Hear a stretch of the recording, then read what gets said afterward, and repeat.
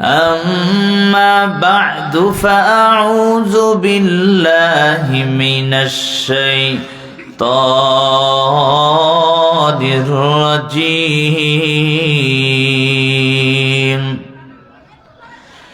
بسم الله الرحمن الرحيم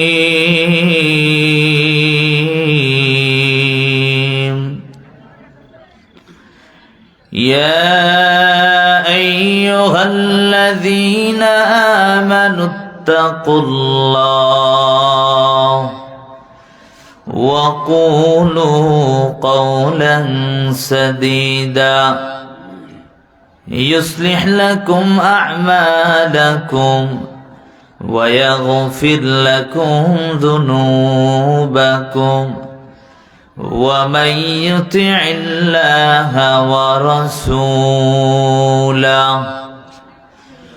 ورسوله فقد فاز فوزا عظيما. وقال تعالى ومن يتق الله يجعل له مخرجا ويرزقه من حيث لا يحتسب. قال رسول الله صلى الله عليه وآله وسلم كن في الدنيا كأنك غريب أو عابر سبيل. وقال رسول الله صلى الله عليه وآله وسلم التائب من الذنب كمن لا ذنب له أو كما قال النبي عليه الصلاة والسلام. صدق الله مولانا العظيم وصدق رسوله النبي الكريم ونحن على ذلك من الشاهدين والشاكرين والحمد لله رب العالمين. محبت شهدر إبراهيم فري اللهم صل على محمد وعلى آل محمد كما صليت على إبراهيم وعلى آل إبراهيم إنك حميد مجيد. اللهم بارك على محمد وعلى آل محمد كما باركت على إبراهيم وعلى آل إبراهيم إنك حميد مجيد. ربي زدني علما ربي زدني علما ربي زدني علما ربي اشرح لي صدري ويسر لي أمري واحلل عقدة من لساني يفقه قولي. سبحانك لا علم لنا إلا ما علمتنا إنك أنت العليم الحكيم. محمد يا कुफ्र को मिठाया, कुफ्र को मिठा कर सदाकत बताया। बलगल उला बिकमालिही कशफत दुजा बिजमालिही। साउंड কি আমি কই ভলিউম বাড়াইতে দাও, আমার গলাটা নেই। सल्लू अलैहि व आलिहि रहे मेरे मस्कन हवाली काबा, बने मेरे मदफन दियारे मदीना। बलगल उला बिकमालिहि कशफत दुजा बिजमालिहि, हसनत जमीअ खसालिहि। सल्लू अलैहि व आलिहि। हे दुनिया मिछे बोले भाई, शुधु आशार खेलाघर। चोख बुझिले देखिबি রে মন, কে আপন আর কে বাপর, কোথা থেকে আগমন, কোথা যেতে হবে রে, কে আনিল কি কারণে জানা নাই ভবেতে। দীপ্ত কণ্ঠে হাফেজ কহে উলতাজা কি রই কখনো, একরাতর কি দুরাতর হায়, ভুল বুঝিস নে তোর জীবন। নদী পথে নৌকা চালাও কের মাঝি ভাই, বেলা ডুবার আগে আমি পার উঠতে চাই। ডুবে গেলে বেলা রে আর উঠে না, ভেঙে গেলে বেলা রে আর জমে না। আলহামদুলিল্লাহ, আল হেরা নুরুল কোরআন একাডেমি মাদ্রাসা ইসলামপুর আমবাগান ধামরাই ঢাকার উদ্যোগে চতুর্থ বার্ষিক ওয়াজদার মাহফিলের শ্রদ্ধেভাজন সম্মানিত সভাপতি, আমার তো খুব ভালো লেগেছে আজকের মাহফিলের পোস্টারে সাজানো দেখে। আলহামদুলিল্লাহ, কত জায়গায় মাহফিলে যায় অমুক তমুকের নাম দিয়া ভইরা ফেলে। কথা বলেন ঠিক না বেঠিক? তবে আগে দিয়া আলেমগো নাম থাকে একবারে নিচে। একটা কথা আছে না, গ্রামের প্রবাদ, যার বিবাহ তার খবর নাই, পাড়া পড়শির ঘুম নাই। বুঝেন নাই কথা? যে আলেম ওলামার বয়ান শোনার জন্য মানুষ আসে, অথচ তাদের নাম একবারে নিচে, পারে না বাদ দিয়া দেয়, ঠিক না? কিন্তু আলহামদুলিল্লাহ খুব ভালো লাগছে জিনিসটা। প্রথমে যিনি আছেন আমাদের সকলের ওস্তাদ সমতুল্লাহ আলহাজ হাফেজ কারি মোহাম্মদ খোরশেদ আলম, প্রতিষ্ঠাতা পরিচালক জামিয়া ইসলামপুর হাফিজুল উলুম মাদ্রাসা ধামরাই ঢাকা। সভাপতিত্ব যিনি করেন মুফতি মোহাম্মদ আশরাফ আলী সাহেব দামাত বারাকাতুহুম। সভাপতি ধামরাই উপজেলা ইমাম পরিষদ ও পরিচালক দারুল কোরআন আরাবিয়া মাদ্রাসা চন্দ্রাই ধামরাই ঢাকা। আমি কোথায় গিয়ে পোস্টার নাম পড়ি না, এটা আমার স্বভাব। তবে যে পোস্টারে দেখি আলেমদের নাম সেটা পড়তেই হয়। কথা বলেন ঠিক না বেঠিক? আলেমদের সম্মান যদিও জাতি না বুঝে, কমপক্ষে আমরা বুঝি। কথা বলেন ঠিক না বেঠিক? এজন্য আলেমদের সম্মান করতে হবে কি হবে না?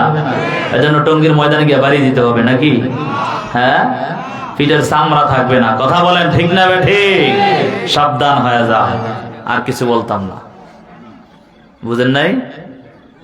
ওলামায়ে কেরামরা হলো নবীর ওয়ারিস। কথা বলেন ঠিক না বেঠিক? তাদের চরিত্র নবীওয়ালা চরিত্র। কথা বলেন ঠিক না বেঠিক? তারা মায়ের খাইতে জানে, দিতে জানে না। কথা বলেন ঠিক না বেঠিক? যদি একবার আত্মা সোজা করে তাহলে অবস্থা খারাপ হয়ে যাবে। মায়ার নবী কাউকে বদদোয়া দেয় না, মাঝে মাঝে যারে ধরছে হেরে শেষ করে বলছে। কথা বলেন ঠিক না বেটি? এজন্য সাবধান হয়ে যাও। বলে তাবলিগ মানে মানুষকে দিনের পথে ডাকা। কথা বলেন ঠিক না? তাবলিগ বাল্লাগা ইবাল্লিগু তাবলিগান, অর্থাৎ মানুষের কাছে দিন পৌঁছায়া দেওয়া নাকি? আর এমন তাবলিগ করে মানুষের কাছে ফিরে ফিরে সংবাদ পৌঁছানো, এই তাবলিগ দরকার আছে? হ্যাঁ, এই তাবলিগ দরকার আছে। আবার মাঝে মাঝে কয় হুজুরের কাম কি একদিনও একটাও সিল্লা লাগায় না? হুজুর বাংলা ভাষায় কথা বলে রাগ করেন না আপনারা। একদিনও সিল্লা লাগায় না, হুট করে হ্যাঁ না তাবলিগের আমির সাহেব হয়ে গেছে। কথা বলে কি এমন আছে না? এই যে 16 বছর 12 বছর লাগায় পড়ছি, মা বাপ থুইয়া সব থুইয়া, এটা কি তোর কাজ চোখে লাগে না? হ্যাঁ, কোরআন হাদিস পড়ছি, তুমি যা পড়ো যা বলো তার সে চৌগুণ আমরা পড়ছি। কথা বলেন ঠিক না বেটি? তোমরা মাত্র মসজিদে বসে একটু দাওয়াত দাও, আমরা সেটা বিরোধিতা করছি না, আমরা সেটার পক্ষে। কথা বলেন ঠিক না বেটি? আমরা চাই মানুষ দিনের পথে আসুক, এটাই তো আমরা চাই। কথা বলেন, এটা আমরা চাই না? তবে আমরা এই যে ময়দানের মধ্যে বসে সকলকে একসাথে দাওয়াত দিতে পারি, তোমরা কয়জন রে দিছো? আরে মায়ার নবীরে সূরা দোহার শানে নুজুলের মধ্যে আসছে, মুফাসসিরিনে কেরাম লিখেছেন নবীজিকে আবু জাহেল, উতবা, আবুল হাব, উতবা, সাহেবা, আবু জাহেল, আবুল আহাব তারা নবীজিকে বারবার বারণ করতে, হে মোহাম্মদ আব্দুল্লাহর বেটা, তুই তো আমাদের মতো মানুষ, তুই আবার কেমন করে নবী দাবি করস? যাক, এটাও বাদ দিলাম, তোর বাপ দাদার ধর্ম কি রাখবি না? না বাপ দাদার ধর্মের মধ্যে চুনকালি লাগাবি? তখন আল্লাহর নবী বলে, এটা কেন বলতেছে একটু ইবরত হাসিল করবেন, যে বাপ দাদার ধর্ম তুমি শেষ করে দিতেছো। আল্লাহর নবী বলে বাপ দাদার ধর্ম শেষ করব না, কি করব? এটা তো ধর্ম না। কথা বলেন ঠিক না বেঠিক? তো এই জন্য আল্লাহর নবী কি করতেন, এভাবে একজন দুইজনের কাছে বেশি বেশি দাওয়াত দিতেন না। মাঝে মাঝে কি করতেন, মক্কার নগরীতে মাঝে মাঝে বাণিজ্য মেলা হইতো, ওই বাণিজ্য মেলার মধ্যে নবীজি কি করতো, যাইতেন, গিয়ে সবাই সাথে একসাথে কথা বলতেন। সুবহানাল্লাহ। কারণ নবীর একটা কথার দ্বারা অনেক লক্ষ লক্ষ মানুষ ঈমান গ্রহণ করেছে। কথা বলেন ঠিক না বেঠিক? নবীর চেহারার দিকে দেখিয়া ঈমান গ্রহণ করছে, আছে না নাই? 7 দিনের ক্ষুধা নিবারণ হয়ে গেছে। কথা বলেন আছে না নাই? এমন হয়েছে না? তো মূল কথা কি, মায়ার নবী এরকম বড় মজলিসের মধ্যে দাওয়াত দিছে, আমরাও এরকম বড় মজলিসে দাওয়াত দিই। কথা বলেন ঠিক না বেঠিক? আল্লাহ আমাদের সকলকে এক এবং নেক বানায় দিক, সকলে বলি আমিন। বাংলাদেশটাকে শান্তির দেশ বানায় দেখ, সকলে বলি আমিন। সমস্ত ষড়যন্ত্র থেকে বাংলাদেশকে হেফাজত করে, সকলে বলি আমিন। আমরা সকলে আজকে শুকর আদায় করে এই মুহূর্তে মাহফিলে আসতে পেরে, কারণ এটা এমন একটা বড় নেয়ামত, এই নেয়ামতকে আল্লাহ সকলের জন্য কবুল করে না। কথা বলেন ঠিক না বেঠিক? যে মজলিসের এত দাম, নবীজি হাদিসের মধ্যে বলেন, লা ইয়াকউদু কওমুন ইয়াযকুরুনাল্লাহ তাআলা ইল্লা হাফাতহুমুল মালাইকা ওয়া গাশিয়াতহুমুর রাহমা ওয়া নাযালাত আলাইহিমুস সাকিনা ওয়া যাকারাহুমুল্লাহু ফী মান ইনদা। নবীজি হাদিসের মধ্যে বলেন, যেই মজলিসের মধ্যে আল্লাহ এবং তার রাসূলের স্মরণ করা হয়, সেই মজলিসটার এত দাম, ইল্লা হাফাতহুমুল মালাইকা, আল্লাহ তাআলা ফেরেশতাদের দ্বারা বেষ্টন করে রাখেন। সুবহানাল্লাহ। শুধু এতটুকুই না, ওয়া গাশিয়াতহুমুর রাহমা, আল্লাহ তাআলা রহমত বর্ষণ করেন। সুবহানাল্লাহ। ওয়া নাযালাত আলাইহিমুস সাকিনা, আল্লাহ তাআলা শান্তি বর্ষণ করেন। সুবহানাল্লাহ। শান্তি নাজিল করেন। ওয়া যাকারাহুমুল্লাহু ফী মান ইনদা। আচ্ছা বলেন তো, এই ভরা মজলিসটার মধ্যে আপনাদের এলাকার এমপি বা কোন একজন নামি দামি লোক যদি আসিয়া আপনাদের এলাকার একজন একবারে নিম্ন ফ্যামিলির লোকের নাম ধরে বলে, অমুক লোকটা আমার সাথে খুব ভালো সম্পর্ক, বলেন তো অবস্থাটা কি হইব? যার নামটা নিছে, মাঝে মাঝে তো আমরা রাস্তাঘাটে চলি, এমন অবস্থা দেখি, অমুকের পিএসের ড্রাইভার, হের জ্বালায় দেখা গেছে রাস্তাঘাটে মাঝে মাঝে গাড়ি চালানো যায় না। বুঝেন নাই কথা? হঠাৎ রাস্তায় জ্যাম, তো চিন্তা করলাম জ্যামটা কেন? মাঝে মাঝে চিন্তা করি, হুজুর মানুষ একটু নামলে তো মানুষ একটু আসান করবে। কথা বুঝেন নাই? দেখলেও তো একটু সহজ করে দিতে পারে আল্লাহ তাআলা। তো হুট করে নাইমা দেখি যে কোনো কাজ নাই, কিছু নেই, এক গাড়ি বাঁকা করে দাঁড়ায়। কি ভাই? আর এই কথা বললেন না, অমুকের পিএসের ড্রাইভার উনি। কথা বুঝেন নাই? অহেতুক কথা বলি না, বোঝানোর জন্য বলছি। হাদিসের ভাষাটা আপনাকে বোঝানোর জন্য বলছি। তো সে যদি দুনিয়ার একজন পিএসের ড্রাইভার হওয়ার কারণে তো তার পাওয়ার হয়, একজন নেতা যদি আসিয়া একজন লোকের কথা, গ্রামের নিম্ন ধরনের একজন লোকের নাম নেওয়ার কারণে তার দামটাও বেড়ে যায়, যেই বান্দা যেই বান্দি এমন ভরা মজলিসের মধ্যে বসবে, আল্লাহকে স্মরণ করবে, ওয়াযাকারাহুমুল্লাহু ফীমান ইনদা, নবীজি বলে সেই মজলিস ওয়ালাদেরকে নিয়ে স্বয়ং আমার আল্লাহ ফেরেশতাদের সাথে আলোচনা করেন। সুবহানাল্লাহ। যেই নেতা আল্লাহ বানাইছে সেই নেতার মালিক কে? জোরে বলেন কে? আমাদের আর আপনার মালিক কে? আসমান জমিনের মালিক কে? না অন্য কেউ আছে? একমাত্র মালিক কে? জোরে বলেন কে? জোরে একটা ডাক দেন কে? ধামরের মানুষ, ইসলাম প্রিয় মানুষ, তাদেরকে দ্বিতীয়বার বলতে হবে না। কথা বলেন ঠিক না বেঠিক? এজন্য জোরে একটা ডাক দেন কে? আরো জোরে একটা মহাব্বতে ডাক দেন কে? আমার আল্লাহ স্বয়ং আপনাকে আমাকে নিয়ে আলোচনা করে বলেন তো এর চেয়ে দাম কিছু হতে পারে? আল্লাহ ফেরেশতাদেরকে বলে, হে ফেরেশতারা, তারা কি চায়, আমাকে কি বলতে চায়, কার কাছে কি চায় একটু বলো তো। আচ্ছা, আল্লাহ কি জানে না? ওয়াল্লাহু আলিমুম বিযাতিস সুদূর, আল্লাহ সকলের অন্তরের খবর পর্যন্ত জানে, সব আল্লাহ জানে, ঠিক না? তো আল্লাহ ফেরেশতাদেরকে বলে তারা কি চায়। এই কথা বলার পর আল্লাহর ফেরেশতারা বলে, আল্লাহ আপনার কাছে তারা মুক্তি চায়, অর্থাৎ জাহান্নাম থেকে মুক্তি চাইয়া জান্নাত চায়। বলে তারা কি জান্নাত জাহান্নাম দেখছে? বলে না। বলে আমাকে কি দেখছে? বলে না। বলে উলামায়ে কেরামদের থেকে বয়ান শুনছে, কোরআনের বয়ান শুনছে, জাহান্নাম অনেক ভয়াবহ জায়গা, জান্নাত অনেক আরামের জায়গা। আপনি নাকি দয়ালু আল্লাহ, এজন্য আপনার কাছে জাহান্নাম থেকে মুক্তি চায়, জান্নাত চায়। সুবহানাল্লাহ। আল্লাহ বলে, হে আমার ফেরেশতারা, তো সাক্ষী থাক, আমি আল্লাহর জাত ও সিফাতের কসম, আমি আল্লাহ তাআলা আমি আমার বান্দা বান্দির সব গুনাহ মাফ করে দিলাম। সুবহানাল্লাহ। এর চেয়ে কিছু লাগে? এজন্য অন্তর থেকে, দিল থেকে সমস্ত একবার সকলে পড়ি আলহামদুলিল্লাহ।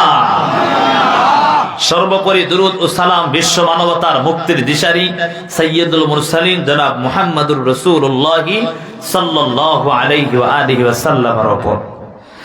আমি মাঝখানে দিয়ে একটা কথা বলি, আমার মুরব্বির নির্দেশ, সেটা হলো আজকে কে কে ফজরের নামাজ পড়বেন না একটু হাত তোলেন তো। সচেতন আছেন তো সবাই? কে কে ফজরের নামাজ পড়বেন দুটো হাত তোলে, আল্লাহকে দেখা। এবার দেখেন কি হাত তোলে না, ভালো করে দেখেন। আল্লাহ কবুল করুক, সকলে বলি আমিন। কেন হাত তোলাইলাম জানেন? হাসরের ময়দানে যদি আল্লাহ বলে, কিরে বক্তা সাহেব, তোর বয়ান শুনে তো নামাজ পড়লো না, আগে তুই পিঠা খা তারপর হেরা খালি। যদি এমন কথা বলে, এই পিঠা খাওয়ার থেকে বাঁচার জন্য আমি এই কাজ করছি, আপনাদেরকে ওয়াদা করে এনেছি, আমার দায়িত্ব পালন করছি, এবার পিঠা খাইলে আপনি খান, আমার জানার দরকার নাই, নাকি? আল্লাহ সকলকে মানার তৌফিক দেখ, সকলে বলি আমিন। রাগ করছেন? একটু খুশি মনে কথা বলতে দিবেন তো ইনশাআল্লাহ? সময় দিবেন তো ইনশাআল্লাহ? আধা ঘন্টা 40 মিনিট আলোচনা হবে, থাকবেন তো ইনশাআল্লাহ? আল্লাহ কবুল করুক, সকলে বলি আমিন। যে আলোচনা নিয়েছি, স্বয়ং আল্লাহ তাআলা পবিত্র কোরআনের মধ্যে বলেন, ইয়া আইয়ুহাল্লাযীনা আমানুত্তাকুল্লাহ, হে ঈমানদাররা তোমরা আমি আল্লাহকে ভয় করো। আচ্ছা বলেন তো ঈমানদার কারা? মূল সার সংক্ষেপ হলো যেটা বুঝাই আমরা, আল্লাহ এবং তার রাসূলের প্রতি ঈমান আনা, নাকি? এটাই তো। আল্লাহ সমস্ত বিধানকে আমরা মানি, ঠিক না? এমন কেউ আছে মানে না? এমন কেউ আছে? একটা কথা স্মরণ রাখবেন, মূল মাসআলা, আমরা যখন ইফতা করছিলাম মাঝে মাঝে মাসআলার মূল ধারাটা আমাদেরকে বলে দিতেন, আর তার শাখা প্রশাখা বহু মাসআলা বাইরে হতো, নাকি হুজুর? এমন হইতো না? তো এরকম ভাবে মূল মাসআলা হলো, কেউ যদি নামাজ না পড়ে সে বেঈমান না, কেউ যদি রোজা না রাখে সে বেঈমান না, সে গুনাহগার। সে কি? গুনাহগার। কেউ যদি মা বাবার খেদমত না করে সে গুনাহগার। তবে সাবধান, কেউ যদি কোন শরীয়তের কোন ক্ষুদ্র বিধানকে অস্বীকার করে সে বেঈমান। বুঝেন নাই কথা? কেউ যদি নামাজ রোজা কোনো কিছুই না করে শয়তানের ধোঁকায় পড়ে। প্রশ্ন করলে হুজুর সামনে থেকে পড়বো না ইনশাআল্লাহ, এই কথা বলেন যে বিশ্বাস করি না, তো সে গুনাহগার হবে। কিন্তু কেউ যদি কোনো কিছু ক্ষুদ্র কোনো জিনিস শরীয়তের বিধানকে অস্বীকার করে সে বেঈমান হয়ে যাবে। বুঝেন তো কথা? তো ঈমানদার কারা? যারা আল্লাহ এবং তার রাসূলের সমস্ত বিধানকে কি করে? মানে, ঠিক না? স্বীকার করে। তো ঈমানদারদেরকে আল্লাহ তো বলার প্রয়োজন ছিল না, আল্লাহ বলার দরকার ছিল, হে কাফেররা তোরা আমি আল্লাহকে ভয় কর, হে মুনাফিক, হে ফাসিক ফুজ্জার তোরা আমি আল্লাহকে ভয় কর, গুনাহ করছস, মুনাফিকি করেছো, কাফের, ঈমান আনস না। কথা বলেন ঠিক না বেঠিক? তো তা আল্লাহ ইমানদারদেরকে কেন বললেন তোমরা আমি আল্লাহকে ভয় করো? একটা প্রশ্ন আসে কি আসে না? এই প্রশ্নের জবাব হলো সংক্ষেপে একটা জবাব। একজন লোকের দুইটা সন্তান, ছোট একজন বড় একজন।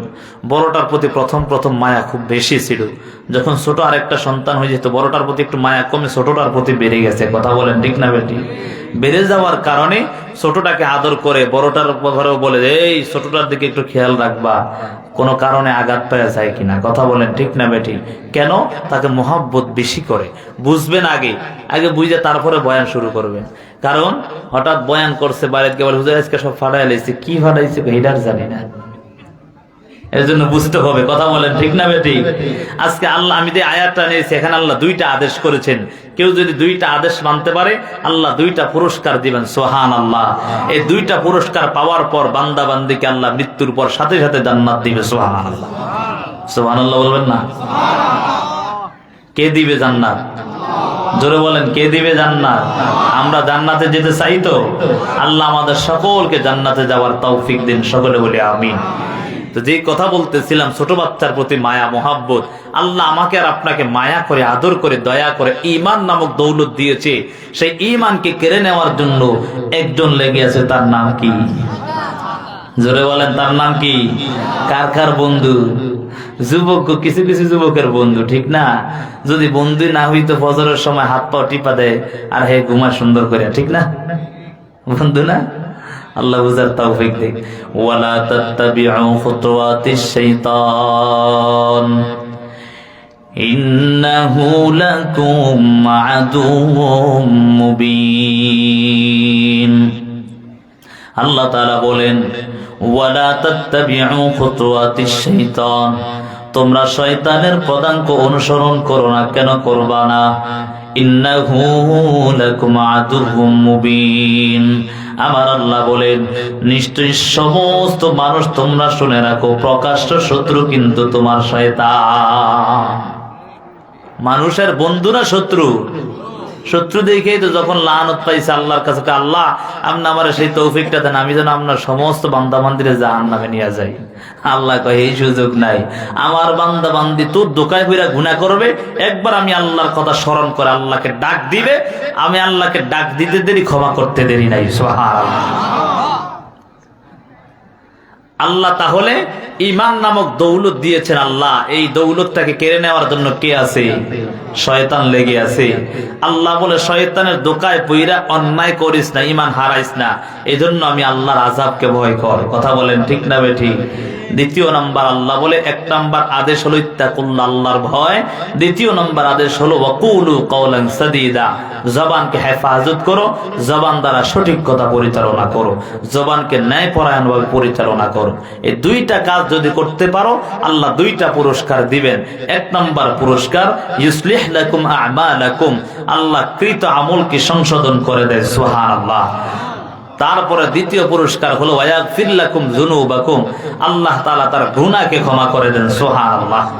আচ্ছা বলেন তো, ভুল আমল আমি করেছি, এমন কোন মানুষ আছে যে আমল সঠিক বানায় করছি? এমন কেউ আছে? প্রমাণ দিতে পারবেন বা গ্যারান্টি দিতে পারবেন আমার এশার নামাজ কবুল হয়েছে? এমন কেউ বলতে পারবেন? কেউ বলতে পারবেন না। তবে আশা রাখতে পারি। কথা বলেন ঠিক না বেঠিক? আশা রাখতে পারি না? এই জন্য আল্লাহ বলেন যদি কেউ আল্লাহর ভয় রাখে, জবানকে হেফাজত করে, তার এক নাম্বার পুরস্কার কৃত আমলকে আল্লাহ সঠিক বানায় দেয়। ভুলও যদি করে থাকে আল্লাহ সঠিক করে দেয়। দ্বিতীয় নাম্বার হলো তার গুনাহকে আল্লাহ ক্ষমা করে দেন। সুবহানাল্লাহ। বলেন তো, ভুলকে সঠিক বানানোর পর আর ভুল থাকেনি? তাহলে সঠিক সে গুনাহ যা আগে ছিল সেটাও আল্লাহ মাফ করে দিয়েছে। এখন মরার পরে জান্নাতে যাবে না জাহান্নামে যাবে? ইয়া আইয়ুহাল্লাযীনা আমানুত্তাকুল্লাহ وقولوا قولا سديدا يصلح لكم أعمالكم ويغفر لكم ذنوبكم আল্লাহ বলেন, হে ঈমানদারের দল, তোমরা আমি আল্লাহকে ভয় করো, জবানকে হেফাজত করো, জবান দ্বারা সঠিক কথা পরিচালনা করো। এর যুবক সন্তান, আজকে তাকায়া দেখো কেমন করে যুবকের মধ্যে মাওলার ভয় নাই, বৃদ্ধ বাবার মধ্যে মাওলার কোনো আযাবের ভয় নাই। আজকে তাকাইয়া দেখো, ওই যে নারীদের মধ্যে যদি আল্লাহর আযাবের ভয় থাকতো, তাহলে ওই নারী কখনো বেগানা পুরুষের সামনে যাইতো না, ঠিক নি? আল্লাহর আযাবের ভয় নাই, এই জন্য আজকে তাকাইয়া দেখুন যুবক কেমন করে আজকে গুনার কাজে লিপ্ত হয়ে গেছো। আজকে যদি আল্লাহর আযাবের ভয় থাকতো রে যুবক সন্তান, তাহলে কখনো মোবাইলের হেডফোনটা লাগাইয়া ওই ঘুমের ঘরে ঘুমায়া থাকতা না। এর যুবক সন্তান, একটা বারো কি চিন্তা করলা না? এই ঘুমের অবস্থায় যখন কানে হেডফোন লাগায়া ঘুমায়া গেলা, দুনিয়ার জমিনে কেউ দেখে না, একজন দেখে, তিনার নামটা কি? এর যুবক সন্তান, ও পর্দার আড়ালের মা গো, আজকে কেমন করে জীবনটাকে চালাইতেছো? একটা বারো কি চিন্তা করলা না? আমার আল্লাহ তোমার প্রত্যেকটা হালত নজর রাখতেছে, তুমি কোথায় কি করতেছো।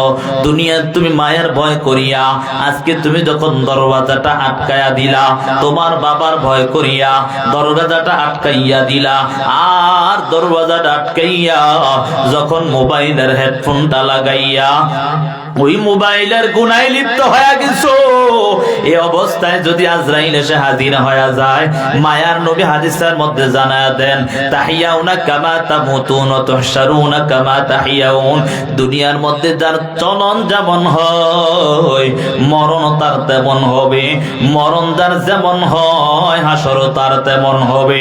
এর যুবক সন্তান, এই অবস্থায় যদি আজরাইল এসে হাজির হয়ে যায়, জীবনটা ধ্বংস হয়ে যাবে রে যুবক। আজকে কেমন করে অন্যায় কাজে লিপ্ত হয়ে গেছো, মা বাবার অবাধ্য হয়ে গেল রে যুবক সন্তান। আজকে একটা বারো মাওলার আযাবের ভয়টা করো না। অথচ তাকাইয়া দেখো সাহাবায়ে কেরামের ইতিহাস লক্ষ্য করলে, তাকাইয়া দেখো সাহাবায়ে কেরাম কেমন ভাবে মাওলার ভয় অন্তরে ঢুকাইছে। যে আবু বকর মায়ার নবীর সাথে থাকিয়া সর্বপ্রথম মায়ার নবীর সাথে থাকে ইসলাম গ্রহণ করলেন, সেই আবু বকর যখন মায়ার নবীর সাথে চুপে চুপে মানুষকে দাওয়াত দিতেন, ওই আবু বকরকে ওই বেঈমানরা এত নির্যাতন, এত আঘাত, এত আঘাত, আবু বকর বেহুশ হইয়া জমিনের মধ্যে পড়ে যায়। তারপরও আবু বকর ঈমান ছাড়ে নাই। ওই আবু বকর এত কান্নার কান্না, কান্নার কান্না, নামাজের মধ্যে দাঁড়াইয়া কান্নার আওয়াজ। আবু বকর নামাজটা ছাড়িয়া মুনাজাতের মধ্যে বসিয়া কান্নার আওয়াজ। সারাটা রাত্র ঘুমায় না আবু বকর। মায়ার নবী ডাক দেয়, রে আবু বকর, কেন তুমি এমন কান্না করো? আমার আল্লাহ তো তোমার জান্নাতের টিকিট দিয়েছে, কথা বলেন ঠিক না বেঠিক? 10 জন সাহাবী আমার আল্লাহ জান্নাতের টিকিট দিয়েছে, তার মধ্যে 1 নাম্বার কি? আবু বকর। তার নাম কি? আবু বকর সিদ্দিক রাদিয়াল্লাহু তাআলা আনহু। মায়ার নবী ডাক দিয়া বলে, এরে আবু বকর বল, কেন এমন কান্না করো? আমার আল্লাহ তোমাকে জান্নাতের টিকিট দিয়েছে, তারপরে তো কান্নার কারণটা কি? আবু বকর ডাক দিয়া বলে, ও পয়গম্বর, যে আল্লাহ আমাকে জান্নাতের টিকিট দিয়েছে, ওই আল্লাহ যদি ডাক দিয়া কয়, রে আবু বকর, তুই যে নামাজ পড়ো, নামাজগুলো আমি আল্লাহর কাছে কবুল হয় না, তোর যে ঈমান আছে সেই ঈমানের হালতটা আমি আল্লাহর কাছে পছন্দ হয় না, তাহলে আমি কি করব? আল্লাহ যদি বলে আমার টিকিট আমারে ফিরাইয়া দাও, আর তুমি তোমার জাহান্নাম নিয়ে যাও, ও মায়ার নবী আমি কোথায় যাব? পয়গম্বরের সাহাবী কান্নার আওয়াজ, পয়গম্বরের সাহাবী খলিফাতুল মুসলিমিন, ঈদের আনন্দ, ঈদের আনন্দ, সবাই ঈদের আনন্দে আনন্দে আত্মহারা হয়ে গেছে। এরে বাবা বলো, মুসলমানের কয়টা আনন্দের দিন? জোরে বলেন কয়টা? আমার কথা আপনারা বুঝেননি, বলতে পারবেন তো আমার সাথে কথা? আর না হয় মুনাজাত দিয়ে দিন, আবার কালকে মাহফিল করা লাগবো না, একটু ঘুমাইতাম না, বুঝেন নাই কথা? শুরু কথা বলবেন তো ইনশাআল্লাহ। আমগো ঈদের আনন্দ কয়টা? একটা হলো ঈদুল ফিতর, আর একটা হলো ঈদুল আজহা, অর্থাৎ মূল বাংলা ভাষা হলো রোজার ঈদ আর কোরবানির ঈদ, ঠিক না? ঈদের আনন্দ, সবাই আনন্দে আত্মহারা হইয়া ঈদগাহে যায়, আমরা সবাই মিলে নামাজ আদায় করি। ঈদের আনন্দে আত্মহারা হইয়া সমস্ত মুসলমানের দল ঈদগাহের মধ্যে রওনা হয়। তাকাইয়া দেখে খলিফাতুল মুসলিমিন ওমর নাই। বলেন তো ওমরের মেজাজটা ঠান্ডা না গরম? জোরে কোন ঠান্ডা না গরম? যে ওমরকে দেখিয়া শয়তান পর্যন্ত 40 গজ দূরে হাঁটে, কথা বলেন ঠিক না বেটি? ওমরকে দেখিয়া একজন আল্লাহর গোলাম ডাক দিয়া আল্লাহর কাছে বলে, আল্লাহ আমার হাতে যখন মদ ছিল, আল্লাহ একটু তুমি মদটা সরাইয়া দুধ বানায় দাও। বুঝেন নাই কেমন ওমর? যে ওমর মায়ের নবীর গর্দানের জন্য যায়, আবু জাহেল ডাক দিয়া বলে, কে আছো দাঁড়াও, 100টা লাল উটনি পুরস্কার দেওয়া হবে মুহাম্মদের গর্দান যদি আনতে পারো। মায়ার নবীর গর্দান আনার জন্য ওমর দাঁড়ায় গেলেন। আবু জাহেল ডাক দিয়া বলে, হে ওমর, তুই পারবি মুহাম্মদের গর্দান আনার জন্য? সে আল্লাহ, এদিক দিয়া মায়ার নবী আল্লাহর কাছে দোয়া করে, ও দয়ার মালিক, ও দয়ার আল্লাহ, আপনি দুই ওমরের মধ্যে একজনকে আপনি দিনের জন্য কবুল করে নেন। আল্লাহ তাআলা ওই দোয়াটাকে এমন ভাবে কবুল করেছেন, ওমর ইবনে খাত্তাবের জন্য আমার আল্লাহ কবুল করে নিয়েছি। সেই ওমর ঈদের আনন্দ, সবাই আনন্দে আত্মহারা হয়ে গেল। তাকাইয়া দেখে ওমর নাই, ময়দানে ওমর নাই। যারা সবাই আনন্দ করতেছে, সবার মনের মধ্যে চিন্তা ঢুকে গেল, হায় হায় ওমরই তো নাই, কি হবে অবস্থা, যদি আসিয়া কোনটা জানিয়ে ঘটায়া ফেলে, হায় হায় এত আনন্দের দিন আজকে ওমর কেন নাই, একটু জানতে চাই। উল্লেখযোগ্য সাহাবায়ে কেরাম, তার মধ্যে একজন ছিলেন হযরত সালমান ফারসি রাদিয়াল্লাহু তাআলা আনহু। বয়োবৃদ্ধ একজন সাহাবী ছিলেন, তিনাকে সবাই সম্মান করতেন। সালমান ফারসি রাদিয়াল্লাহু তাআলা আনহু তাড়াতাড়ি কিছু সংখ্যক সাহাবীকে নিয়া ওমরের বাসায় হাজির হয়ে গেল। তাকাইয়া দেখে ওমরের দরওয়াজার মধ্যে দাঁড়ায়া, তাকাইয়া দেখে ওমরের ঘর থেকে গুনগুন করে কান্নার আওয়াজ শোনা যায়। সমস্ত সাহাবায়ে কেরাম একটু হতভম্ব হয়ে গেল। আজকে ঈদের দিন, ঈদের আনন্দ, সবাই আনন্দে আত্মহারা হয়ে গেল, কিন্তু ওমর কেন কান্না করে কিছুই বুঝতে পারলাম না। সমস্ত সাহাবায়ে কেরাম হতভম্ব হইয়া একটু স্থির হয়ে দাঁড়ায় রইলেন। কিছুক্ষণ পর সালমান ফারসি ডাক দিয়া বলে, খলিফাতুল মুসলিমিন ওমর, আপনি কেন এমন ভাবে কান্না করেন? আজকে আনন্দের দিন, সবাই আনন্দ করার জন্য ঈদগাহের মধ্যে আসছে, একত্রে নামাজ আদায় করব। আপনি খলিফা হিসাবে নামাজের ইমামতি করবেন, আপনি এখানে বসে কান্না করেন, তার কারণটা কি একটু জানতে পারি? খলিফাতুল মুসলিমিন ওমর ডাক দিয়া বলে, ও সাহাবায়ে কেরাম, আমি আনন্দের দিন আনন্দিত করার কথা, কিন্তু আমার মনের মধ্যে হঠাৎ ভয়টা ঢুকে গেল। আমার আল্লাহ আমাকে যে জান্নাতের টিকিট দিয়েছে, এই জন্য তো আমি খুশি হয়ে গেলাম। আবার আমার আল্লাহ যদি ডাক দিয়া বলে, রে ওমর, রমজানে যে রোজা রাখলে রোজা আমার কাছে কবুল হয় না। আমার আল্লাহ যদি ডাক দিয়া বলে, রে ওমর, রমজানে যে কোরআন তেলাওয়াত করেছো, এই তেলাওয়াত আমি আল্লাহর কাছে পৌঁছায় না। এরে উমর, রমজানে যে তারাবিহের নামাজ আদায় করলি, সেই নামাজও আমি আল্লাহর কাছে পৌঁছায় না। ও সাহাবায়ে কেরাম, বলো আমি আমার আল্লাহর কাছে কি জবাব দিব? এই জন্য কান্নার আওয়াজ। এর যুবক সন্তান, ওই সাহাবায়ে কেরাম এত কান্নার কান্না, অথচ আমাদের মধ্যে কোনো কান্না নাই, আমাদের মধ্যে কোনো ভয় নাই, অথচ আমার আল্লাহ জানায়া দেন, ফালিয়াদহাকু কালিলা ওয়া লিয়াবকু কাসীরা, কম কম হাসো, বেশি বেশি কান্না করো, জানো আমার আল্লাহর আযাব যে কত ভয়ঙ্কর, গুনাহ নিয়ে কবরে গেলে কবরটা বড় ভয়ঙ্কর অবস্থা হয়ে দাঁড়াবে রে যুবক সন্তান। আল্লাহর আযাব কিন্তু ভয়ঙ্কর। তবে আমার আল্লাহ এমন একজন আল্লাহ, যে আল্লাহ শুধু বান্দাকে চায় কখন বান্দা আমি আল্লাহর কাছে ক্ষমা চাইবে। এর যুবক সন্তান, দুনিয়ার বিচারপতি তার ওই যে যারা দোষী তাদেরকে খুঁজে শাস্তি দেওয়ার জন্য। আমার মালিক এমন একজন আল্লাহ, যে আল্লাহ এমন একজন দয়ার মালিক, যেই দয়ার মালিক ডাক দিয়া বলে রে গুনাহগার গোলাম, আমি আল্লাহর কাছে একবার ক্ষমা চাও, আমি আল্লাহ তোমার জীবনের অন্যায়গুলো ক্ষমা করে দিব। আমার আল্লাহ এমন একজন দয়ার মালিক। জন্য যুবক সন্তান, এখনো সময় আছে, তওবা করে নাও। আমার আল্লাহর আযাবের ভয়টা অন্তরে ঢুকাইয়া নাও। ক্ষমতা পাইয়া ক্ষমতার বাহাদুরি দেখাইস না রে যুবক সন্তান। আমার আল্লাহ ক্ষমতা দেওয়ার মালিক কে? ধরে বলেন, ক্ষমতা দেওয়ার মালিক কে? আবার ক্ষমতা ছিনায়া নেওয়ার মালিক কে? বড় বড় ক্ষমতা দর তাকাইয়া কি দেখো না, 17 বছরের রাজত্ব হঠাৎ করে 15 দিনে শেষ। কি সাবধান হয়ে যাও, হে দুনিয়ার ক্ষমতা ধরো না, শিক্ষা অর্জন করে নাও। একদিন তুমিও আসবে এই সময়, ক্ষমতা পাইয়া বাহাদুরি করার সুযোগ নাই। একদিন তোমারও বিদায় নিতে হবে। এর নবীর আশেকের দল, মায়ার নবীর একজন সাহাবী আবু উবাইদা ইবনুল জাররাহ, নবীর একজন প্রিয় সাহাবী ছিলেন। মায়ার নবীর আরেকজন সাহাবী খলিফাতুল মুসলিমিন ওমর রাদিয়াল্লাহু তাআলা আনহু, তিনার শাসনামলে সিরিয়া বিজয় হওয়ার পর সিরিয়ার ওই সময় গভর্নর বানিয়ে দিয়েছেন আবু উবাইদা ইবনুল জাররাহকে।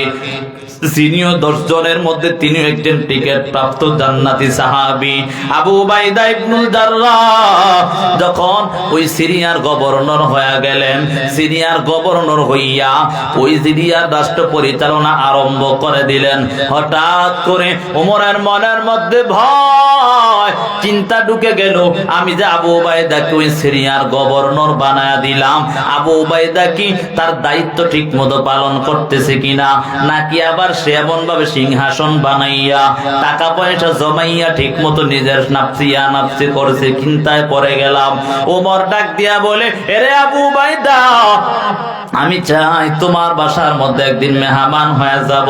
আবু উবাইদা শুনিয়া খলিফাতুল মুসলিমিনকে ডাক দিয়া বলে, ও খলিফাতুল মুসলিমিন, আপনি যে আমার বাসায় মেহমান হতে চান, আপনি কেন কষ্ট পাওয়া যাবেন, এজন্য যাওয়ার দরকার নাই।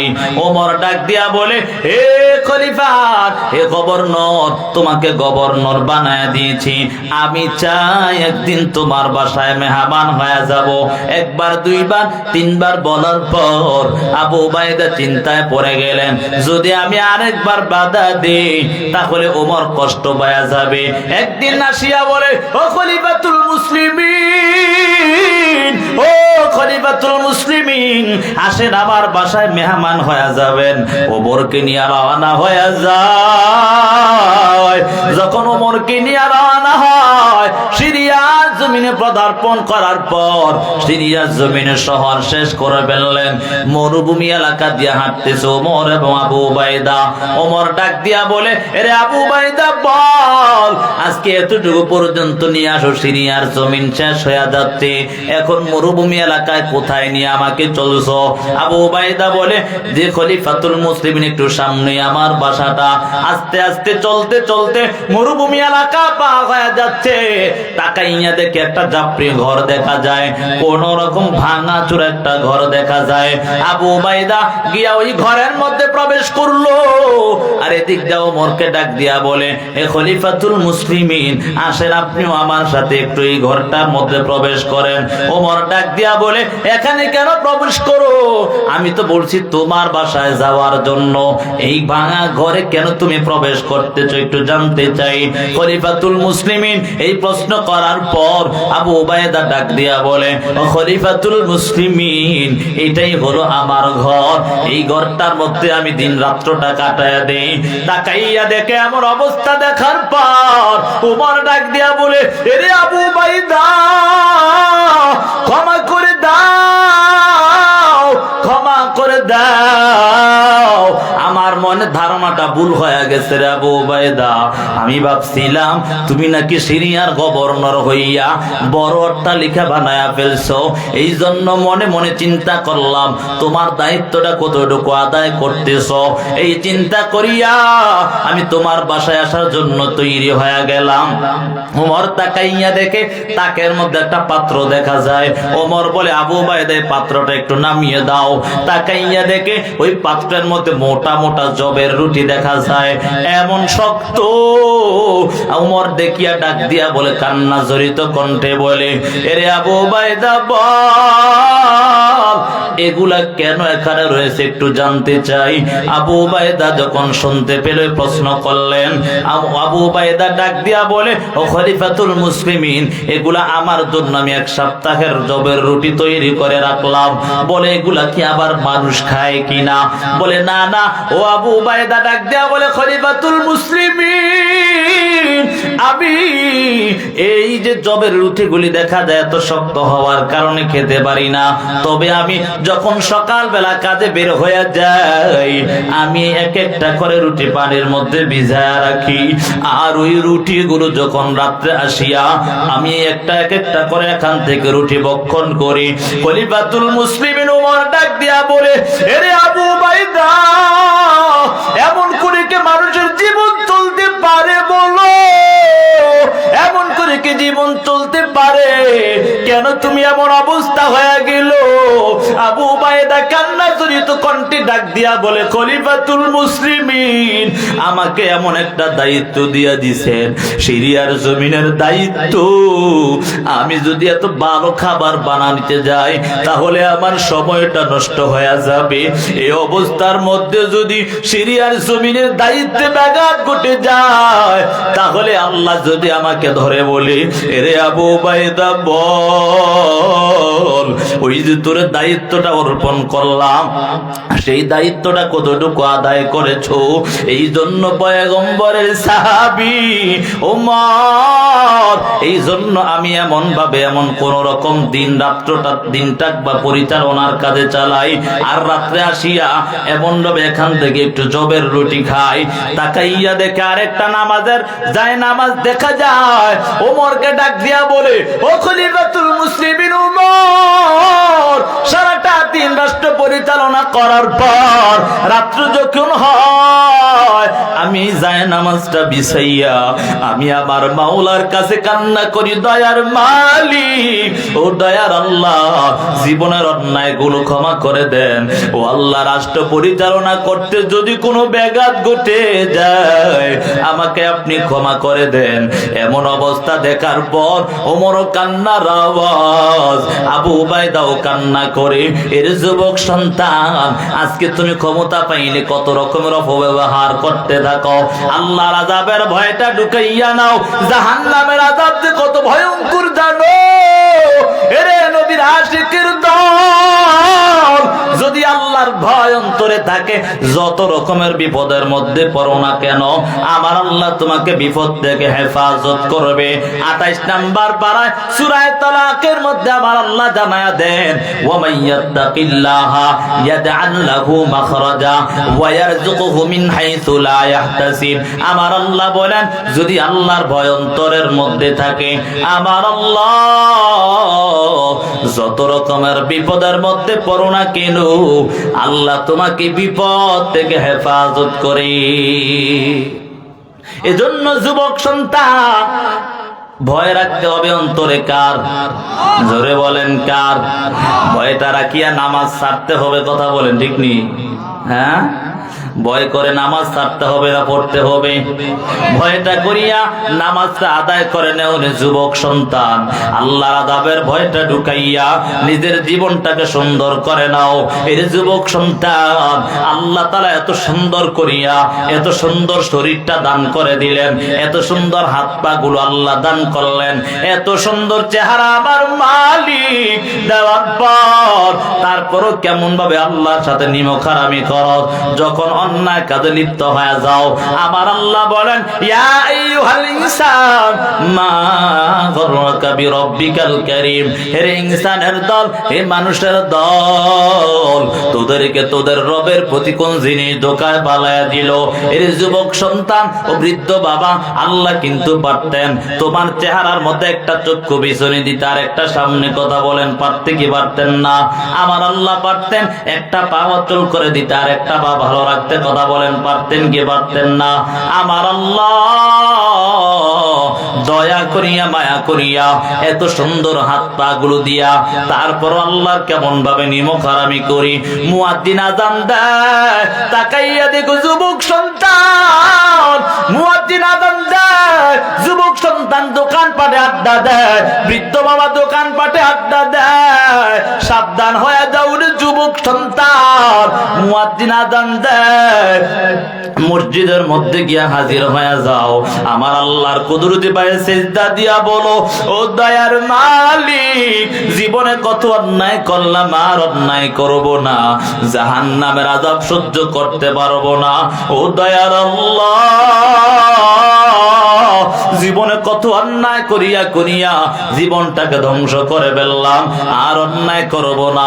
মায়ার নবী হাদিসের মধ্যে জানায়া দেন, তওবা যদি খাঁটি দিলে করতে পারো, আমার আল্লাহ তোমার তওবা কেমন ভাবে কবুল করবেন, চোখের পানি গালে নিচে আসার আগে আগে আমার আল্লাহ গুনাহ মাফ করে দিবেন। এজন্য যুবক সন্তান, ও বৃদ্ধ বাবা, ও পর্দার আড়ালের মা গো, এই জন্য সময় আছে, আল্লাহর আযাবের ভয় করো। তুমি কি একটু চিন্তা করো নাই রে মা? আজকে তোমার স্বামী প্রবাস জীবনে কাটায়া দিল রে মা, ওই মা কত কষ্ট করিয়া করিয়া জীবনটাকে পরিচালনা করতেছে। এমনও প্রবাসী আছে সারাটা দিন কাজ করার পর ভালো করে টাকাও পায় না, পয়সা পায় না, কত রকম দিন নাই, রাত্র নাই, ঘুম নাই, কথা বলেন ঠিক না বেঠিক? এমনও কত প্রবাসী আছে মাসকে মাস ঠিক মতো খাবার পায় না, বেতন পায় না। কত কষ্ট করিয়া তোমার জন্য আজকে এত টাকা পয়সা পাঠানোর পর অন্যায় কাজে কেন লিপ্ত হয়ে গেছে যুবক সন্তান? আল্লাহ তাআলা এই জন্য বলে, আল্লাহর আযাবের ভয়টা অন্তরে ঢুকাইয়া নাও। এর মা, আল্লাহর আযাবের ভয়টা ঢুকাইয়া নিজের জীবনটাকে সুন্দর বানায়া নাও, জাহান্নামের আযাব সহ্য করতে পারবা না। এর যুবক সন্তান, আমার আল্লাহর আযাব কিন্তু বড় ভয়ঙ্কর আযাব। এই আযাব সহ্য করার কারো এক সেকেন্ডের ক্ষমতা নাই। মায়ার নবী হাদিসের মধ্যে জানায়া দেন, মায়ার নবী হাদিসের মধ্যে জানায়া দেন, এরে বাবা, যদি গুনাহ নিয়া অন্যায় নিয়া যদি কবরে যাও, ওই কবরের আযাব যে কত ভয়ঙ্কর, কবরের আযাব কত ভয়ঙ্কর রে যুবক। আল কবরু রাউযাতুম মির রিয়াজিল জান্নাহ আও হুফরাতুম মিন হুফারিন নার। মায়ার নবী হাদিসের মধ্যে জানায়া নেয়, যদি গুনাহগার হইয়া বেনামাজি হইয়া কবরে যাও, ওই কবরটা তোমার জন্য জাহান্নামের গর্ত হয়ে যাবে। বেনামাজির জন্য 70 থেকে 99টা সাপ, এমন ভয়ঙ্কর অবস্থা জানো হাদিসের মধ্যে আসছে। ওই সাপ যদি দুনিয়ার জমিনে একটা বার নিঃশ্বাস পালাইতো, আজ ওই দুনিয়ার জমিনে কিয়ামত পর্যন্ত গাছপালা তরুলতা কিছুই জন্মাইতো না। এর যুবক সন্তান, এত আযাব, ভয়ঙ্কর আযাব হয়ে দাঁড়াবে রে যুবক সন্তান। এই জন্য সাবধান হয়ে যাও, যদি গুনাহগার হইয়া কবরে যাও, ওই কবরের মধ্যে জাহান্নাম থেকে সৌরং রাস্তা করে দেওয়া হবে। ওই জাহান্নামের আগুনের তাপ কলিজা পর্যন্ত ভুনা ভুনা হয়ে যাবে। শুধু এমন ভয়ঙ্কর অবস্থা, পানির পিপাসায় কাতর হয়ে যাইবা। এই যুবক সন্তান, আমার আল্লাহকে ডাকবা, ও দয়ার মালিক, ও দয়ার আল্লাহ, একটু পানি দাও, পানি দাও। আল্লাহ তোমার কোনো ডাকেই শুনবে না। এর যুবক সন্তান, গুনাহ নিয়া কবরে গেলে মুনকার নাকিরের প্রশ্নের জবাব দিতে পারবা না। মুনকার নাকির প্রশ্ন করবে, রবের পরিচয় দাও, ধর্মের পরিচয় দাও, নবীর পরিচয় দাও। যদি গুনাহগার হইয়া বেনামাজি হইয়া মাওলার আযাবের ভয় না নিয়ে যদি কবরে যাও, তাহলে শুধু হা হা লা আদরি বলবা, আমি কিছুই জানি না। ওই আযাবের ফেরেশতারা বলবে, জাহান্নামীকে তাড়াতাড়ি জাহান্নামের পোশাক পরায়া দাও, তাড়াতাড়ি জাহান্নামীকে তাড়াতাড়ি জাহান্নামের বিছানা বিছায়া দাও। এমন ভয়ঙ্কর অবস্থা জানুর যুবক, ওই যে তোমাকে খাবার দিবে জাক্কুম ফল, পর যেই কাঁটাদার পড়লে ওই কাঁটাদার পর মুখে দেওয়ার পর ভিতরেও যাবে না, উপরেও উঠবে না, এমন ভয়ঙ্কর অবস্থা হয়ে যাবে। কত রকমের আযাব, এই দুনিয়ার আগুন থেকে 70 গুণ বেশি জাহান্নামের আগুন। এর যুবক সন্তান, একটা বারোকে চিন্তা করো নাই? ওই যে ঢাকার জমিনে বঙ্গবাজারে আগুন লাগিয়া সব বড় বড় প্রাসাদ গুলো জ্বলে পড়ে সারকার হয়ে গেল। কত ধনী ধনী লোক এমন ভাবে দরিদ্র হয়ে গেছে যুবক। গত দিন 2-3 বছর আগের বাবারে তাকাইয়া কি দেখো না, বরিশাল ভোলাগামী লঞ্চের মধ্যে আগুন লাগিয়া এত মজবুত মজবুত লোহা জ্বলে পড়ে সারকার হয়ে গেল রে যুবক সন্তান। এমন অবস্থা হয়ে গেল, মা সন্তানকে চিনতে পায় না, সন্তান মা বাবাকে চিনতে পায় না, এমন ভয়ঙ্কর অবস্থা হয়ে গেল। এর যুবক সন্তান, ওই আযাব দুনিয়ার আযাব তো কিছু না রে যুবক সন্তান। যদি জাহান্নামী হইয়া যাও, ওই কবরের আযাব বড় ভয়ঙ্কর অবস্থা হয়ে দাঁড়াবে। কবরের আগুন 70 গুণ বেশি, ওই আযাব সহ্য করতে পারবি না রে যুবক। এই জন্য সময় আছে, মাওলার আযাবের ভয়টা করিয়া আল্লাহর কাছে তওবা করে নাও। ইয়া আইয়ুহাল্লাযীনা আমানু তুবু ইলাল্লাহ তাওবাতান নাসুহা আসা রাব্বুকুম আন ইউকাফির আনকুম সাইয়্যাতিকুম ওয়া ইউদখিলাকুম জান্নাত তাজরি মিন তাহতিহাল আনহার। আমার আল্লাহ তাআলা পবিত্র কোরআনের মধ্যে জানায়া দেয়, হে ঈমানদারের দল, তওবা করে নাও, আন্তরিকতার সাথে তওবা করে নাও। ও আল্লাহ, জীবনে যত অন্যায় করেছি আর অন্যায় করব না, এই তওবার উপর মজবুত হয়ে চলতে থাকো। গুনাহ যা করেছো এখন থেকে ছেড়ে দাও। যদি এমন তওবা করতে পারো, জীবনের সব অন্যায় আবার আল্লাহ ক্ষমা করে দেওয়ার পর এমন জান্নাত দান করবে, তাজরি মিন তাহতিহাল আনহার, যেই জান্নাতের তলদেশে মধুর নহর প্রবাহিত হবে, শরাবের নহর প্রবাহিত হবে, এরে বাবা দুধের নহর প্রবাহিত হবে।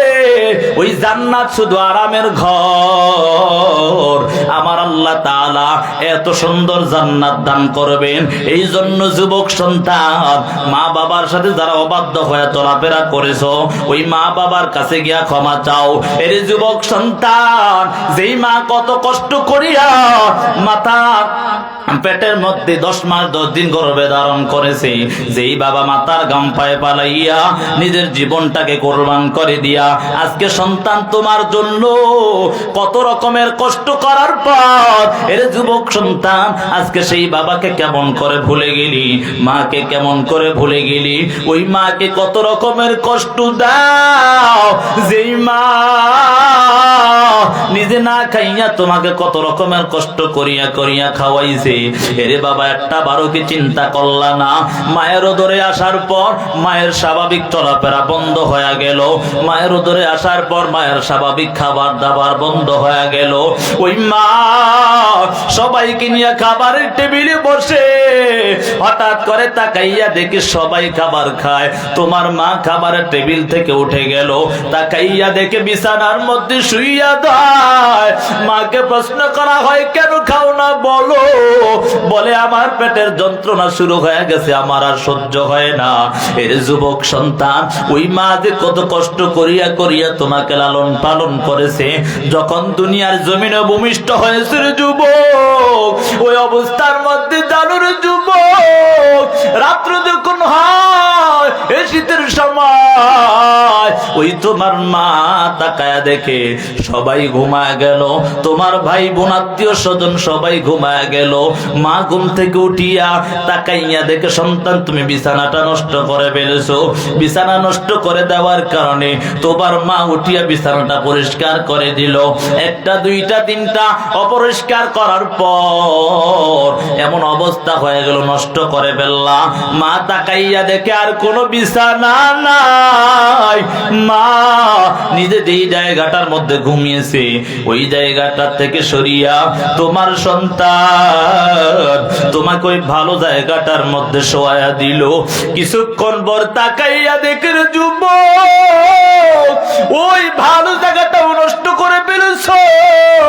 ওই ভালো জায়গা করার পর মা চিন্তিত, সবাই ঘুমায়, মা চিন্তায় পড়ে গেল আমার সন্তানটা এই ভিজা জায়গার মধ্যে থাকলে আমার সন্তান অসুস্থ হয়ে যাবে। মা ওই ভিজা জায়গাটার মধ্যে শুইয়া মা তোমাকে বুকে জড়ায়া ঘুমায়। আজকে যারা ওই মাকে হারায়া ফেলছো, যারা বাবাকে হারায়া ফেলছো, এরে বাবা আমিও বড় বাবা হারাইছি।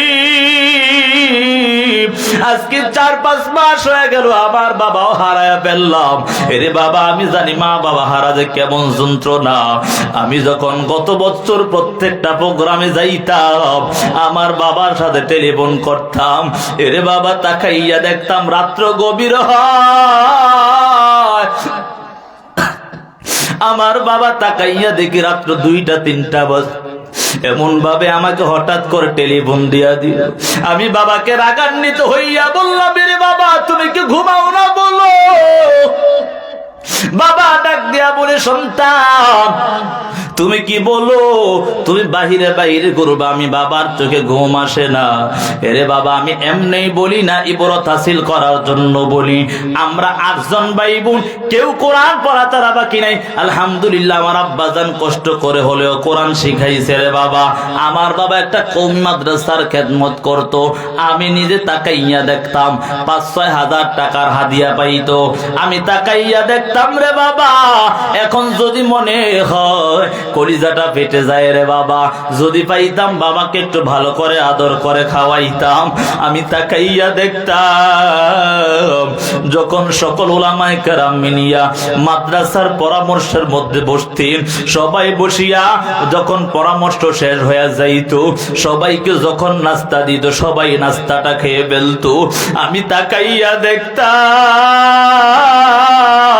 আমার দুকুনি বাবা ওই নাস্তাটা পকেটের মধ্যে করিয়া আমার জন্য নিয়ে আসছে।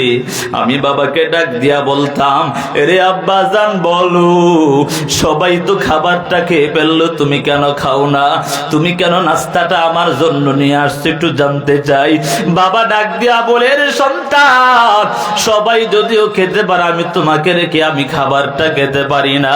এরে বাবা যখন তাকাইয়া দেখি বাবা এত কষ্ট করেছে, আজকে তাকাইয়া দেখি বাবা নাই। এরে যুবক সন্তান কে জানি বাবা হারায়া ফেলছো, কে জানি মা হারায়া ফেলছো।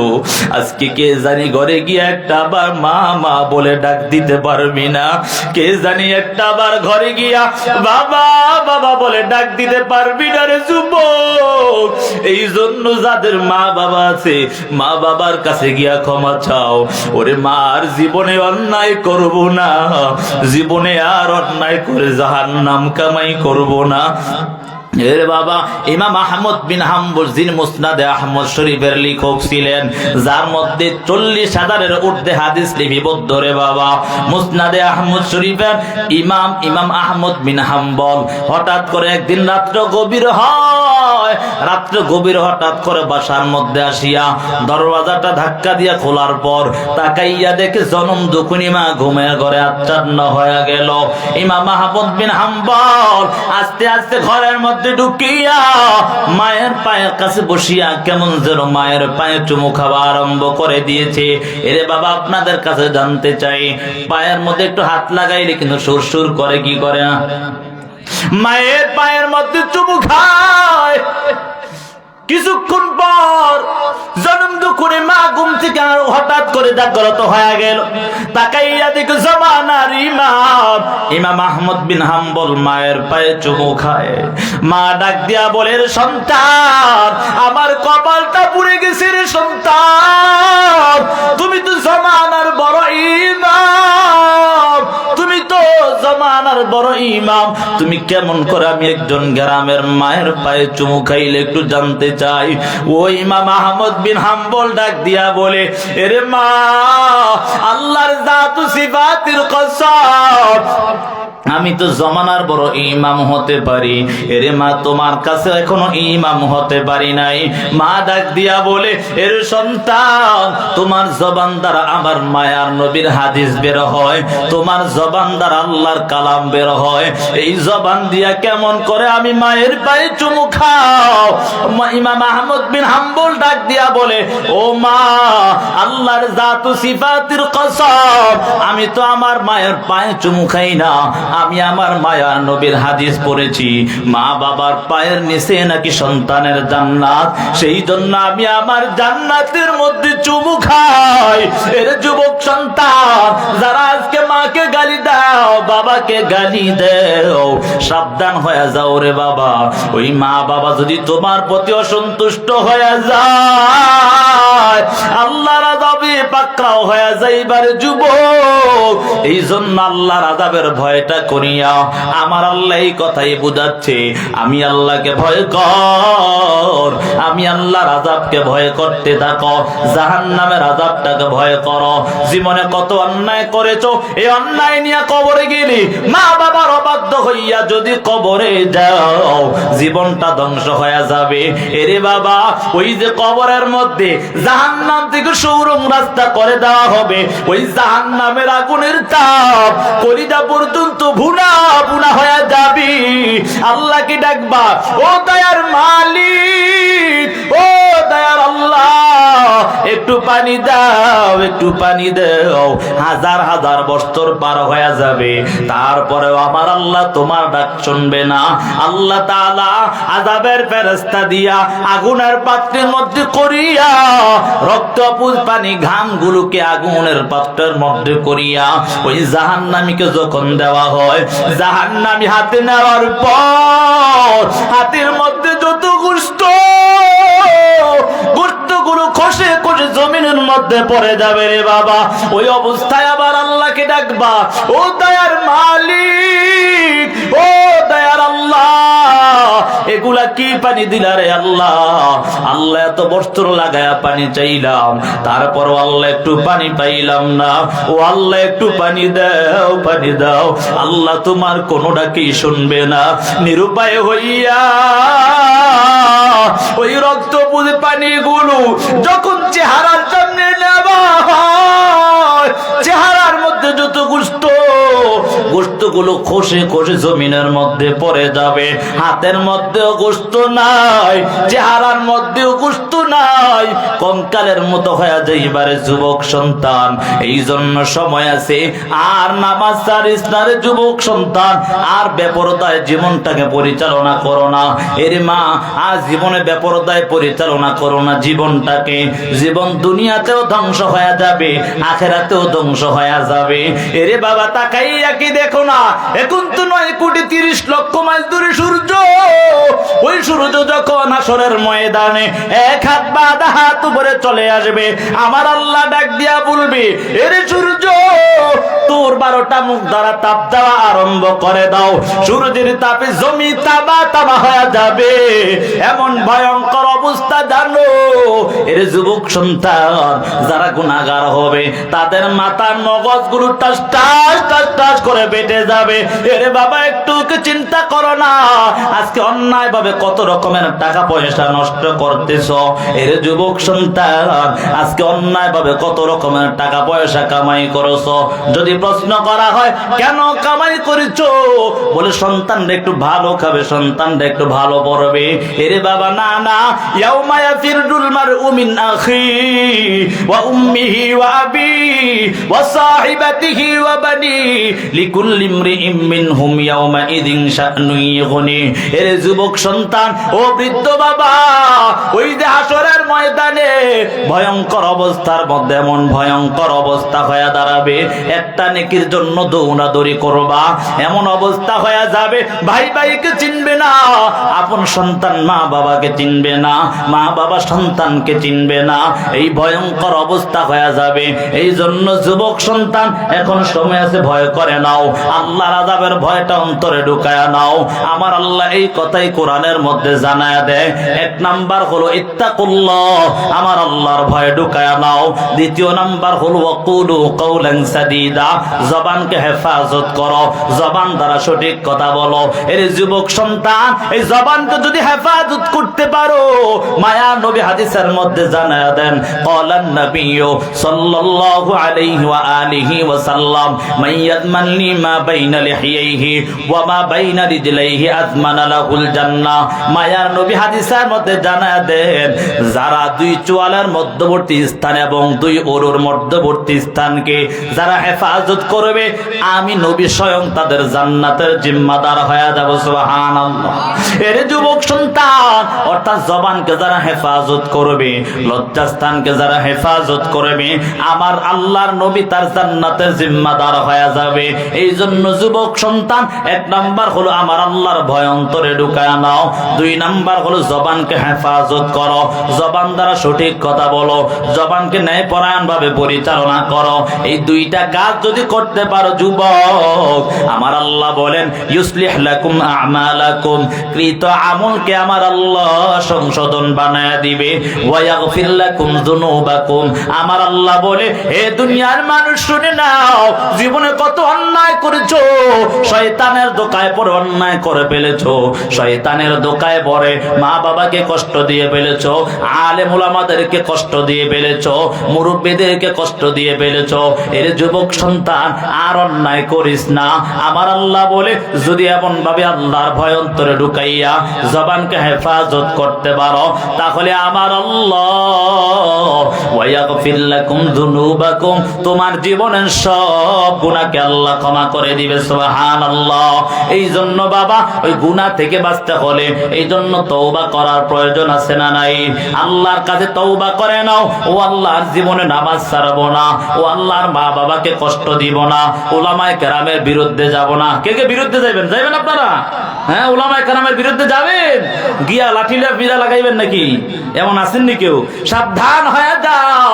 এরে বাবা, একজন আলেম খারাপ হতে পারে, তার এলেম কিন্তু খারাপ না। কথা বলেন ঠিক না বেঠিক? সে যদি চরিত্র তার খারাপ হয়, সে তার জবাব আল্লাহর কাছে দিবে। তবে সাবধান সাবধান, তার মধ্যে কিন্তু কোরআনের এলেম আছে রে বাবা। ওই এলেমটা দিয়া যদি আমার আল্লাহকে গভীর রাত উঠিয়া ডাক দেয়, হৃদয়ের মালিক, জীবন ধ্বংস হয়ে যাবে। এই জন্য আলেমদের বদদুয়া নিস না রে বাবা। সাবধান হয়ে যাও, বড়দেরকে সম্মান করে নাও, ছোটদেরকে স্নেহ করে নাও। আল্লাহর নবী হাদিসের মধ্যে জানায়া দেন, মাল্লাম ইয়ারহাম সগীরানা ওয়ালাম ইউআক্কির কাবীরানা মান গাশশানা ফালাইসা মিন্না। যারা বড়দেরকে সম্মান করে না, ছোটদেরকে স্নেহ করে না, তারা আমার উম্মতের অন্তর্ভুক্ত নয়। এজন্য বাবা, মুরব্বিদেরকে সম্মান করে নাও, আর জীবনে অন্যায় করব না, মুরব্বিদের সাথে বেয়াদবি করব না, মা বাবাকে আর কষ্ট দিব না। যদি খাঁটি নিয়ত হয়, দুটো হাত আমার আল্লাহকে দেখায়া দাও, ও আল্লাহ কবুল করে নেও, ও আল্লাহ জাহান্নামের আযাব থেকে হেফাজত করো, ও আল্লাহ যুবকদেরকে কবুল করে নাও, ও আল্লাহ মাদ্রাসাকে কবুল করে নাও। আল্লাহ তওবার উপর সকলকে মজবুত হয়ে চলার তৌফিক দান করেন আল্লাহ। 5 ওয়াক্ত নামাজ বাজামাত আদায় করার তৌফিক দান করেন, আমিন।